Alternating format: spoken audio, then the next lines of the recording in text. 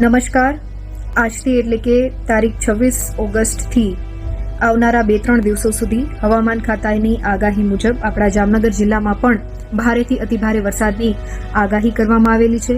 આ આગાહીના પગલે મારા 78 ઉત્તર વિધાનસભાના વિસ્તારો કે જે વોર્ડ નંબર 2, 3, 4, 10, 11, 12 અને 16માં જે લોકો નીચાણવાળા વિસ્તારોમાં રહે છે એમને જરૂરી સાધન સામગ્રી સાથે સલામત સ્થળે ખસી જવા હું હૃદયપૂર્વકની વિનંતી કરું છું.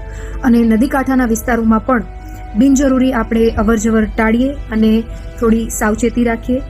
આપ સૌ નગરજનોને હું હૃદયપૂર્વકની ફરી અપીલ કરું છું, નમ્ર વિનંતી કરું છું કે આપ આપણા પરિવારજનો સાથે સુરક્ષિત રહો અને કાંઈ પણ ઇમરજન્સી કેસીસમાં જામનગર કોર્પોરેશન તેમજ જિલ્લા વહીવટી તંત્રનો પણ આપ સંપર્ક સાધી શકો છો. ડિઝાસ્ટર મેનેજમેન્ટ યુનિટનો પણ સંપર્ક સાધી શકો છો.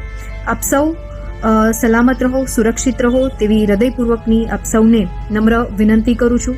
ફરી એક વખત આ ભારે વરસાદની આગાહીમાં આપણે આપણા પરિવારજનોનું સંપૂર્ણ રીતે ધ્યાન રાખીએ અને સલામત સ્થળે ખસી જઈ અને આપણા જાનમાલને થતી હાનિને, નુકસાનને બચાવીએ. નમસ્કાર મિત્રો, રીવાબાએ જે કાંઈ આપણને સલાહ સૂચન આપી છે તેમનું આપણે સરદાર પાલન કરી અને તેમણે જે આપણો વિચાર કર્યો છે અને ત્યાર પછી જે સલાહ સૂચન આપી છે તો રીવાબાનું જે કંઈ કહેવું છે તે એકદમ સાવ સાચું છે. તો મિત્રો, તેમની સલાહ માની અને જો તમે નીચાણવાળા વિસ્તારમાં રહેતા હો તો તમારો કિંમતી અને જરૂરી માલ સામાન લઈ અને સલામત સ્થળે વહેલી તકે ખસેડી જજો.